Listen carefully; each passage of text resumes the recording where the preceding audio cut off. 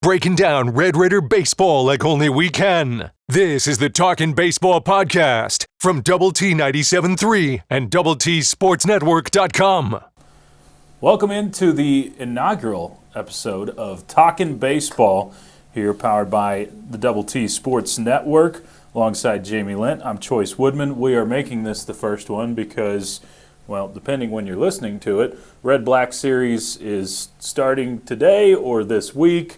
We're getting underway, so fall baseball is in full swing. Jamie is like a kid on Christmas morning. He gets to watch baseball in nice weather, so you can join him because it's open to the public, and we've got 5 games coming up. But Choice, it's like Christmas morning this year for the Red Raiders because you don't know what you're getting because you have so many new players on this year's team. Only 17 guys returning for the Red Raiders this season. So you have 28 newcomers of the 45 guys that are out there competing right now. Yep. And so you really, I mean, if you're a fan of the team and you haven't been out to watch any scrimmages, which I totally get, I understand, Red and Black Series, you're going to be out there going, who's this guy? Where's he from? There's a lot of that Where going did on. he transfer from? Is that a freshman? What year of school is he? Because there's just not that many guys that returned that people are going to know from last year. Sure, and I think, that's college sports now. We're Yes, gonna see that absolutely. more and more in every single sport, but baseball, we haven't seen it as much. This is kind of the first rendition of just a ton of roster turnover for Coach Tim Tadlock and staff. So we'll get to see new faces, but there are still some familiar ones out there as well that we'll get to see. Yeah, absolutely. So I mean, like I said, there's 17 returners from last year's team. Some guys that you saw play a bunch, some guys played a little, but you saw them a little bit, and then some guys that really didn't get on the field much at all that'll have better opportunities this year. But some of those guys include, we'll start behind the plate, and you have 2 guys in Dylan Maxey and Davis Rivers, one a right-handed hitter in Maxey, a left-handed hitter in Rivers. Both those guys, really good hitters. Both those guys played behind Kevin Bizzell last year. They're going to get their opportunity to show what they can do this season. Maxey's probably the best defensive catcher on your team. Rivers hits from the left side, has a lot of power. A guy that you might see play some first base as well for the Red Raiders. So I think you'll see a lot of those 2 guys this year. Elsewhere, go to the infield, TJ Pompey and Tracer Lopez. Those 2 bounced around between short and second last year. Yep. They're both back. You'll see a lot of both of them this upcoming season. In the outfield, Damian Bravo, he's a third-year player, should be one of the stars of this year's team. He's had a really, really good fall. Bravo is going to be an important part of this squad. You'll see him. And then on the mound, some of the guys that you'll recognize that were big-time players for you last year, Parker Hutera coming out of the bullpen, Mac Hewer, Trendon Parrish, Zane Petty. Those guys were banged up at the end of last year, but those guys are all back, and those will be key figures for this year's pitching staff. Yeah, I mean, there's a lot of familiar names, but a lot of those you had youth with last year as well. Mm-hmm. And you saw guys like TJ Pompey and Damian Bravo who had blazing starts to a season but kind of fizzled out late in the year, so you'll hope to see some more consistency. Dylan Maxey, it seemed like anytime he got his opportunity, he took advantage of it a season ago, but his opportunity wasn't that much playing behind a guy like Kevin Bizzell. And the pitching staff was extremely inconsistent. You saw flashes of good, but you hope a lot of those guys, a lot of the youth like a Parker Hutera, you just take a step forward age-wise. Sure. And maybe that helps out. But that's a lot of familiar faces. What about newcomers? Because we've heard a lot about newcomers. The transfer portal is in full effect, full swing, as we've seen everywhere. And Tech kind of later to the game on this compared to some others like we saw with a UCF or a Kansas, like we saw so many other teams. TCU, just getting old in the transfer portal. Is that what we're seeing Tech do a little bit this year? Yeah, and I think it's some of that is getting old, but some of that is getting really good young players from elsewhere that maybe are in their sophomore season. And you're right, it hasn't been something that Coach Tadlock and the Red Raiders have used a ton of in the past, and it does feel like they're a little bit more open to it now, just making sure you get the right kind of guys that fit, making sure you fill in some holes where you really need it. So some pitching, some offense, some position players, all the above. So some of those guys that you got in the transfer portal that I think will be key players for you this year. We'll start with Logan Hughes. He's a left-handed hitter. He'll play first base and outfield. He's from Stetson. Got a little pop there. A good fielder. Hit 10 home runs at Stetson last year. Yeah. So a guy that I think is probably going to end up being a corner outfielder for the Red Raiders. And it feels like he'll be in the lineup a lot because of what he can do with the bat. Yeah. A veteran guy, and he's just a sophomore. So, again, Okay. that's a guy that you bring in that's got a few years with you. Yep. One guy that's a senior that you're bringing in is Peyton Schulze. Schulze, yep. He's from California, played first base for Cal last year, double-digit home run guy, hit over 300 for Cal last season, really good hitter. And just watching him, out on the field playing either first and third, and he looks comfortable at either place. Just looks like a really veteran kind of guy, encourages the young pitchers a lot. Just the kind of leadership that I feel like you were missing the last couple of seasons. Schulze looks like a guy that's definitely going to be able to bring that. Another one is Robin Villeneuve. Villeneuve comes from, and I apologize if the name pronunciation is not there yet. We'll get there. We have not been given the pronunciation guide yet. But Villeneuve was a big-time hitter for Tennessee last season, won a national championship. Yep. Big-time power bat. I mean, can absolutely crush the baseball. And I would tell you, and I think I've told Choice this, the best defensive first baseman we've had at Texas Tech since Eric Gutierrez. In the little bit I've gotten to see this fall, I mean, there's no question. Whether it's diving to his right, his left, or picking low throws, really, really good defensive first baseman with some serious pop. So that's a guy classic first baseman. Yeah, that really should be able to help the Red Raiders. Right-handed hitter, left-handed thrower, just like Eric Gutierrez as well. Yep. So this I think he's going to end up being a fan favorite. On the mound, some of the guys that you brought into the mix, Zach Crotchfeld is a left-hander from Auburn, highly rated prospect coming out of high school. Went to Auburn, had a good freshman season, was a little bit down last year, didn't get a lot of opportunities, and so now he transfers to the Red Raiders, a kid from originally from New Jersey. Lucas Perko is a right-hander from Cal Baptist, started all season long last year, a freshman All-American. Mm-hmm. Should be another good quality arm to add to the mix. Jack Siebert, a right-handed pitcher from USF, and he was their Saturday starter for the last 2 seasons. So you imagine lots of experience there. Yeah. Obviously going up a level from USF, but a really good right-handed pitcher, and I'll be shocked if he's not in your weekend rotation from what I've seen so far. And another one from USF is Logan Beavis, and Beavis is another quality arm that you've added in the portal.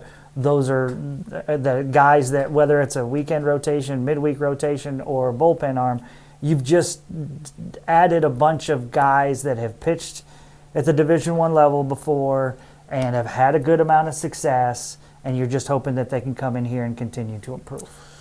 One thing that you mentioned in there is defense for one particular player, but that was a major issue last year. I mean, your defense let you down, and it didn't seem like it was just super often, but the errors you had and the miscues you had seemed to come at terrible times in games or back-breaking problems, and that was one of the big issues last spring.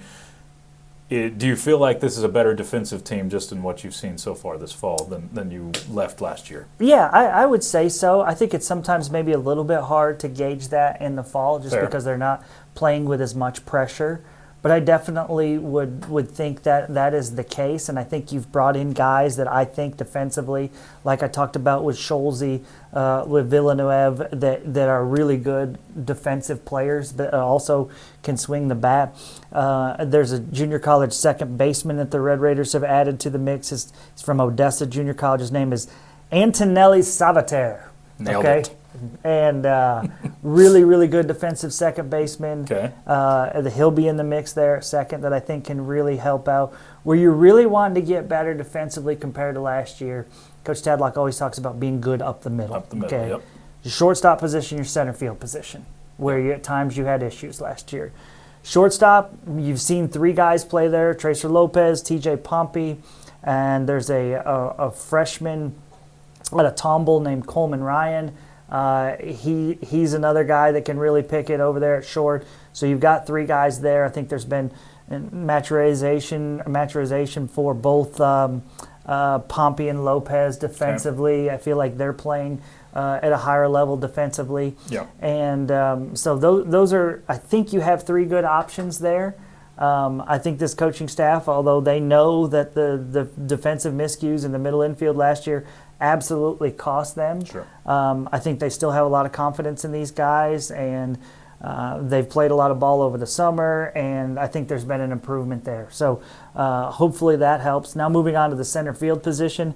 Another junior college guy that you've brought in is a young man named Kyler Thompson out of Galveston College, and he can absolutely fly in the outfield. Got great outfield instincts, terror on the base paths as well with the speed. He's kind of a ball in play guy, meaning he's not a guy that's going to hit for a ton of power, but he's not going to strike out a lot. He's going to put the ball in play. He's going to run, and so the kind of guy that you want if you're going to try to play some small ball.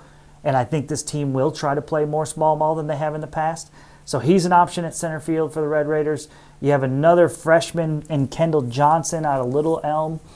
He's a left-handed hitter, and he's another guy that can really, really run and run down balls in the outfield. So I think those are 2 good options there in center field. And then you have another guy that hasn't seen the field in the fall, and his name is Jay Sousa. He was your number 1 recruit this past year out of Hawaii, but broke his ankle last spring. And so I think the Red Raiders are playing it safe with him as he's still coming back from that ankle injury. And so I'm sure he's doing some things, but he's not played in any of the scrimmages. And so you're just hoping that and expecting that he'll be fine to go in February. Probably after the Christmas break, he'll be back out there playing at 100%. But that's another guy that is really, really talented both offensively and defensively that you expect can play in center field. So just kind of shoring up the defense, I feel like you've done a better job bringing in some guys that can do that. So as people go out for the Red-Black series over the next few days, which, by the way, Red-Black series will be Wednesday the 30th, then it goes to Friday the 1st for the second game. Game 3 will be Saturday, and then flip it back around to the following week, Wednesday and Friday again for games 4 and 5. So your opportunity to, if you can't get to one or others, there's plenty of chances to get out and see them at least at one time or another in the Red-Black series. But as people go to these games, Jamie, are you going to be able to see any position battles? Are there any position changes that have been interesting to you that you've seen this fall? Yeah, so I'll start with the position changes of guys that you expect to see somewhere. You're probably going to see them somewhere else. First and foremost is Damian Bravo. You saw him in the outfield. His freshman season, we saw him on the mound, and we've seen him at the plate a lot, right? Well, he's been playing a ton of second base for the Red Raiders and looks good doing it. Okay. Coach Tadlock had said earlier this week in his press conference that when they committed Damian Bravo, they saw him playing second base. Okay. Also played shortstop in high school. A lot of people feel like his career moving forward at the next level is as a third baseman. Okay, but Bravo's looked really good at second base for the Red Raiders, and so that's probably going to surprise you. And remember, you're talking about having 2 teams that have to play out there, right? Okay, so you got to have 2 second basemen, whatever. Okay, so that's one guy that I feel like is going to surprise some people when people see where he's playing. Another one is TJ Pompey. Pompey played shortstop, second base last year. He's looked really, really good over the last couple of weeks over at third base. Really good at third base. And so I think Pompey is another guy that you're thinking, oh, wow, okay, so he's not playing shortstop anymore. I would guess he's probably the backup to Tracer Lopez at shortstop. That would be my guess at this point, and that Pompey will be playing over at third base. So now transitioning into the position battles, going along with some of the guys that we just talked about, I think Pompey and the Cal transfer that we talked about earlier, Peyton Schulze, both of them look really good playing defense at third base. So that's and both of them are swinging it well. So that's a really good battle over there at third base. We already talked about the center field position with those three guys. I think there's good competition at catcher. I think right now Dylan Maxey is the number one guy, but I think you got two really good ones there. And so this is... It's nice to have a right and left-handed bat at that spot, too. Yes, and so the challenge for Coach Tadlock, or whether you want to call it a challenge or a good thing here, is to, you've got some good hitters that you don't want to take out of the lineup, right? And so he's going to have to juggle with, okay, who's going to DH on certain days, whether it's a Schulze or a Pompey or it's a Rivers or somebody like that, hey, I want to keep these guys in the lineup because they can swing it, but we got to figure out where they can stand and play as well. So, there's even Schulze's even played some corner outfield for the Red Raiders. We talked about Logan Hughes. That's another guy that I think will be in the mix almost every day, and he can play corner outfield and first base for you. So